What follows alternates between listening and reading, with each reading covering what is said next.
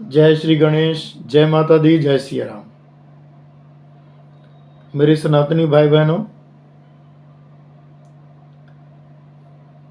हम सनातनी लोगों का हर कार्य शुभ मुहूर्त में होता है। विशेष जो हमारे कार्य होते हैं, विशेष जो हमारे संस्कार होते हैं, तीज त्यौहार होते हैं, हमारा जन्म होता है, हमारी जन्म कुंडली बनती है, वह हमारे हिंदू तिथि और हिंदू कैलेंडर के अनुसार कार्यान्वित होता है। हमारे जीवन के जो 16 संस्कार हैं, उन सभी का निर्धारण भी हमारे जन्म तिथि के हिसाब से होता है, न कि जन्म तारीख के हिसाब से। जितने भी मुहूर्त हमारे तीज त्यौहार के निकलते हैं, वह हिंदू तिथि के अनुसार निकलते हैं।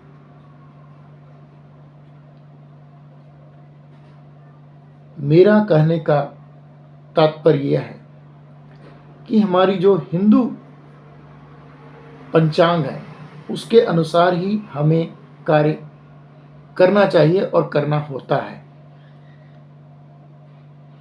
पूरी दुनिया ब्रह्मांड की गणना, ज्योतिष और खगोलीय गणना, ज्योतिष के सारे सिद्धांत, हम चाहे सूर्य सिद्धांत तो आर्यभट्ट की बात करें, किसी भी प्रकार के हमारे ग्रंथ से लेकर भी हम बात करेंगे तो उसमें हमको स्पष्ट चीजें प्रलक्षित होती है कि हमारे सारे जो सिद्धांत हैं वह हिंदू तिथि और उन्हीं गणनाओं के आधार पर है। जब ऐसा है तब एक बात मुझे समझ नहीं आती, और वह यह बात है कि ईसाई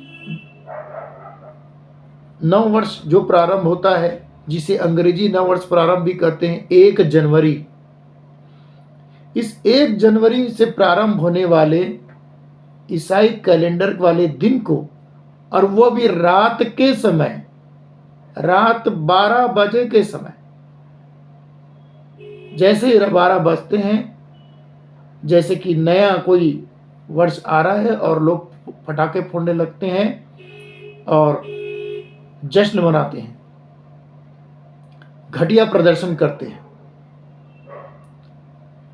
आप लोगों को कितने बार इन बातों को बताना होगा कि हमारी जो कैलेंडर है वह चैत्र मास से प्रारंभ होता है, और जिसे गुड़ी पड़वा भी कहते हैं, शुभ नवरात्र का प्रारंभ होता है चैत्र मास के प्रथम दिवस से। इस बात को समझना बहुत ही आवश्यक है। दूसरी बात मैंने पहले ही बता दी है आप लोगों को। दूसरी और बहुत महत्वपूर्ण बात है कि हमारे हर शुभ कार्य हिंदू तिथि के अनुसार होते हैं।